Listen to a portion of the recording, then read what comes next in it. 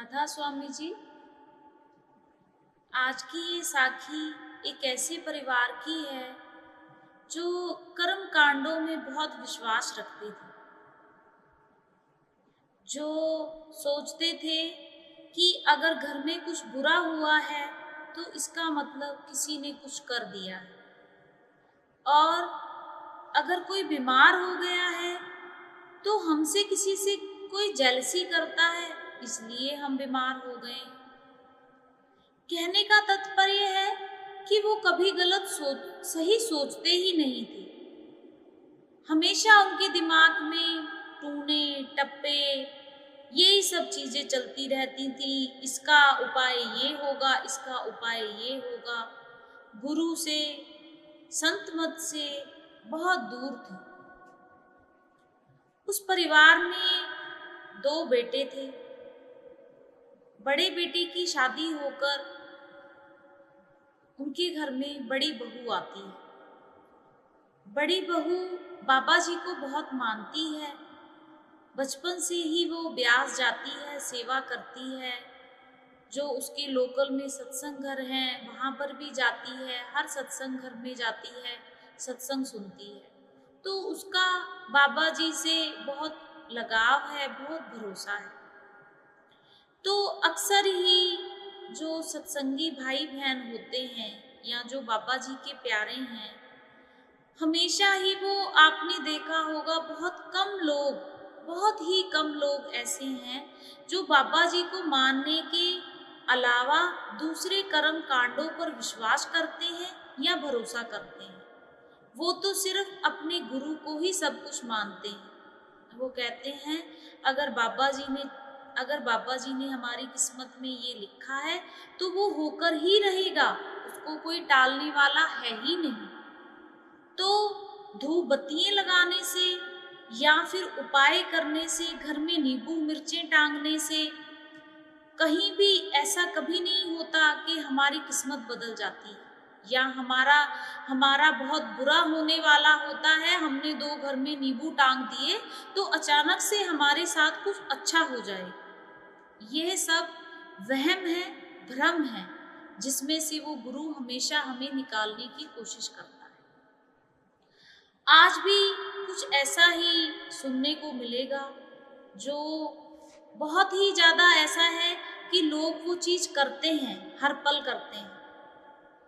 उस परिवार में जो बड़ी बहू आई वो बाबा जी को बहुत मानती थी, तो इसकी वजह से उसका रूटीन भी वैसा ही था। सुबह उठकर बाबा जी को राधा स्वामी करना, अपने साथ एक वो फोटो लेकर आई थी जिसको उसने अपने कमरे में लगा रखा था।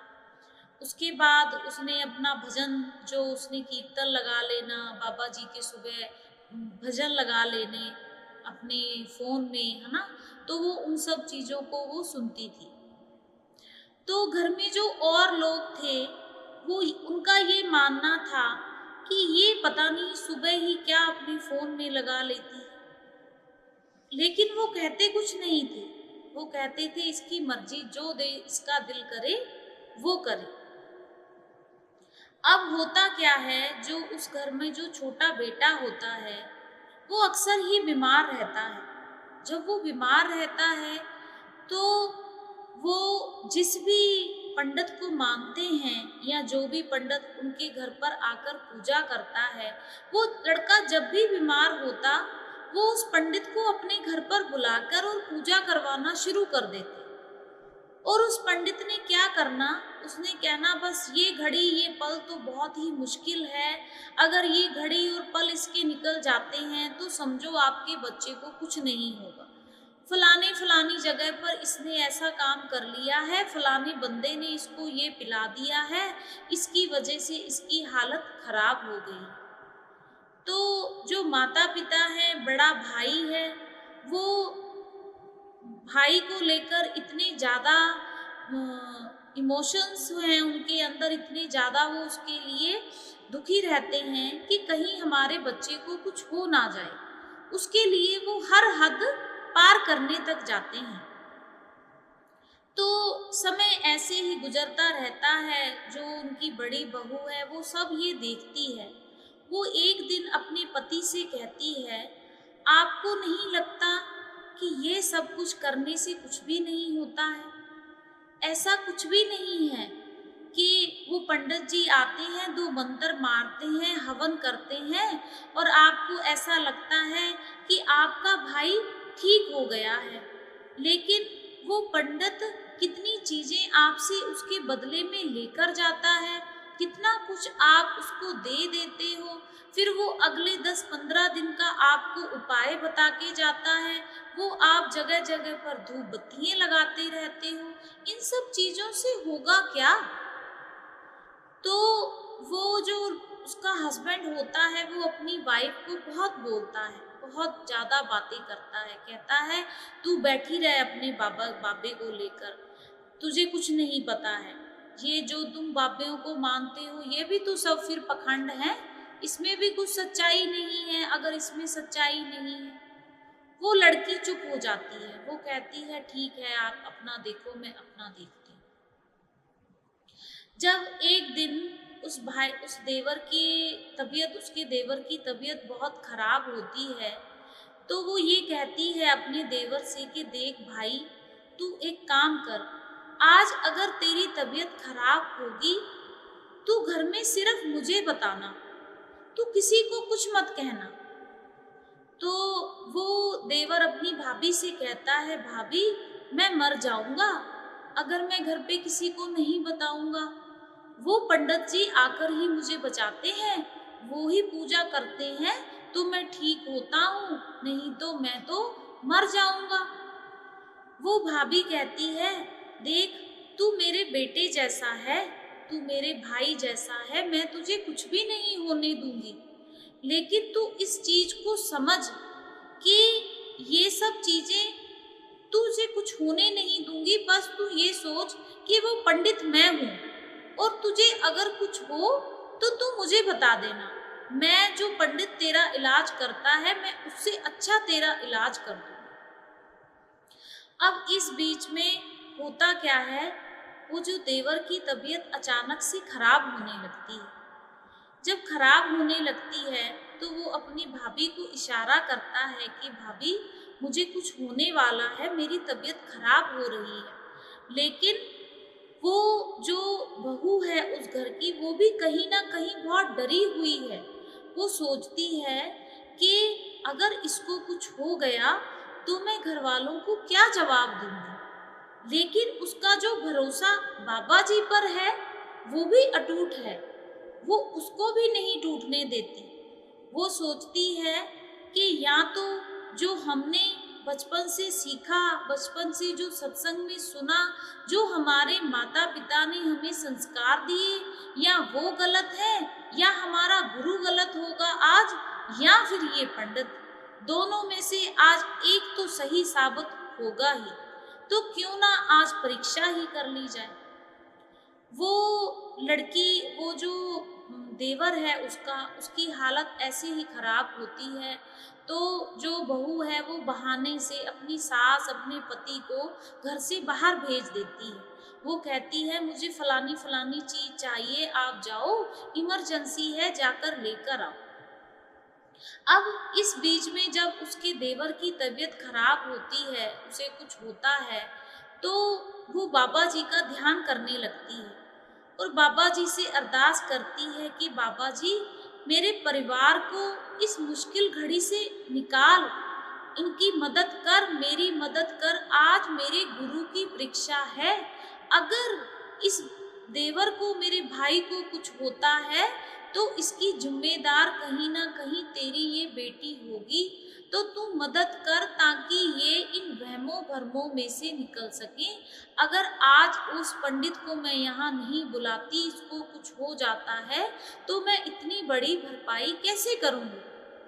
वो बहन अपना बाबा जी को याद करती है, बस याद ही करती रहती है। साथ में वो अपने देवर के सिर पर पट्टियाँ करने लगती है, उसको पानी पिलाती है। उसका जो बीपी लेवल बिल्कुल डाउन हो जाता है, जिसकी वजह से उसकी हालत खराब होती है, उसको हर तरीके से हर चीज देकर देखती है कि इसको दिक्कत क्या है, क्योंकि परिवार इतना उलझा हुआ था, वहमों भरमों में इतना भटका हुआ था कि वो डॉक्टर के पास तो कभी गए ही नहीं।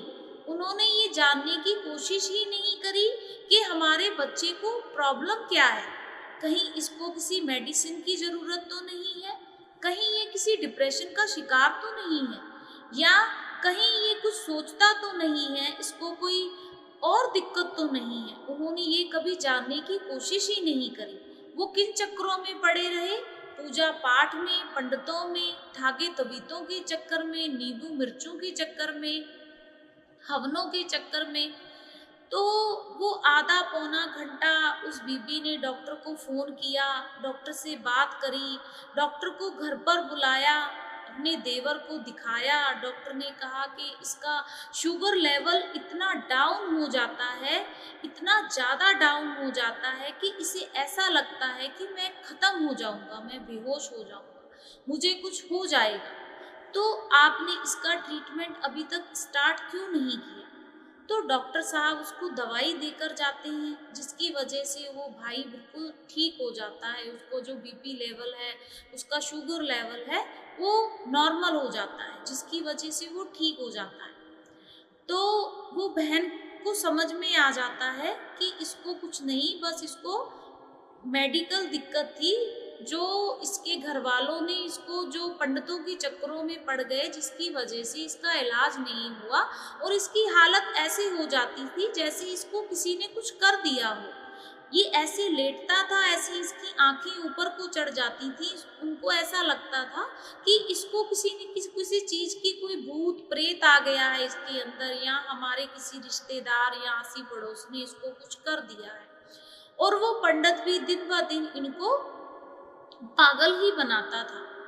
तो जब वो उसके हस्बैंड और उसकी माँ घर पर आते हैं, वो देखते हैं कि घर में सब कुछ ठीक है, कुछ भी ऐसा नहीं है, तब वो खुद, उसका देवर, वो छोटा बेटा सारी कहानी अपनी माँ को बताता है। कहता है, माँ मुझे फिर वैसे ही हुआ था, भाभी ने आपको घर से भेज दिया और बाबा जी को याद किया, तो बाबा जी ने इनकी बहुत हेल्प करी और डॉक्टर भी आए, उन्होंने मुझे दवाई भी दी और मैं ठीक हो गया। आज तो किसी पंडित की जरूरत ही नहीं पड़ी, आज तो किसी हवन की भी, नींबू की जरूरत भी नहीं पड़ी। तो उस बीच में उनको एहसास हुआ कि हम तो इतने टाइम से भटकते ही फिर रहे थे इन सब चीज़ों में। एक सत्संगी बेटी के उस घर में जाने से उस मालिक की इतनी मौज हुई कि वो घर का बिल्कुल रूटीन ही बदल गया। वो सारा परिवार उस बेटी की इज्जत करने लगा, उसको समझने लगा। फिर वो बाबा जी के बारे में जानने लगे। जो बेटी के शब्द उस रसोई में चलते थे, जिनको वो सारा दिन सुनती थी, अब जब भी वो शब्द चलते तो उसकी सासू माँ कहती थी, बेटा इसकी आवाज़ थोड़ी तेज कर दे। वो खाना बनाते समय भी शब्द सुनती थी, सत्संग सुनती थी। घर में धीरे धीरे सारे परिवार का ही रुझान उस मालिक की तरफ हो गया। वो खुद अपने आप उस बेटी को ब्यास लेकर गए, दोनों लोगों ने नामदान लिया, सारा परिवार उस गुरु से, पूर्ण गुरु से जुड़ा। तो कहने का भाव यही है कि हमें उस पूरे गुरु की पहचान होनी चाहिए, उस मालिक की पहचान होनी चाहिए, ताकि हम इन वहमों भरमों में ना पड़ें और इन तवीतों के चक्करों में, धूप बत्तियों के चक्करों में ना पड़ें। जो होना है उस मालिक ने पहले दिन से हमारी किस्मत में लिख दिया है, उसको कोई भी नहीं बदल सकता। बाबा जी अक्सर कहते हैं कि जिसको खुद अपना नहीं पता भविष्य का, वो किसी का भविष्य क्या बताएगा। जो खुद गले में झोला डालकर घर घर में घूम रहा है, अगर भाई उसको इतनी समझ हो तो वो अपने हाथ की रेखाएं ना देख ले, वो आपकी हाथ की रेखा देखकर आपका भविष्य बताएगा। खुद की घर में बेटी विधवा बैठी होती है और दूसरे की बेटियों के वो भविष्य बताते हैं। तो हमें इन सब चीज़ों से दूर उस मालिक को याद करना चाहिए, उस मालिक के बारे में सोचना चाहिए कि एक वो ही है जो हमारा मरण जन्म के दुखों से छुटकारा कर सकता है और हमें इस भव सागर से पार निकाल सकता है। आज की ये साखी अगर आपको अच्छी लगी हो तो कमेंट करके जरूर बताइएगा जी। राधा स्वामी।